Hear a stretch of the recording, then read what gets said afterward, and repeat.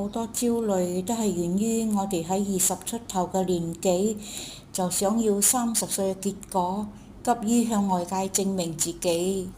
我哋都有好多好焦慮嘅時刻，焦慮自己賺嘅唔夠多，焦慮自己仲未成功，焦慮自己跟唔上。呢啲一切嘅背後，都係因為我哋太急啦。20幾歲就想要30歲嘅擁有嘅嘢，點可能呢？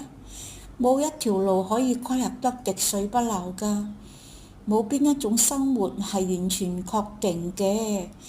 俾自己放慢腳步，錯一啲，糊塗一啲，要允許一切順其自然地發生。如果佢會嚟，焦慮係多餘嘅；如果佢唔會發生，又何必自擾呢？生活唔會因為焦慮而變好，但會因為心情輕鬆而變成輕鬆嘅一日。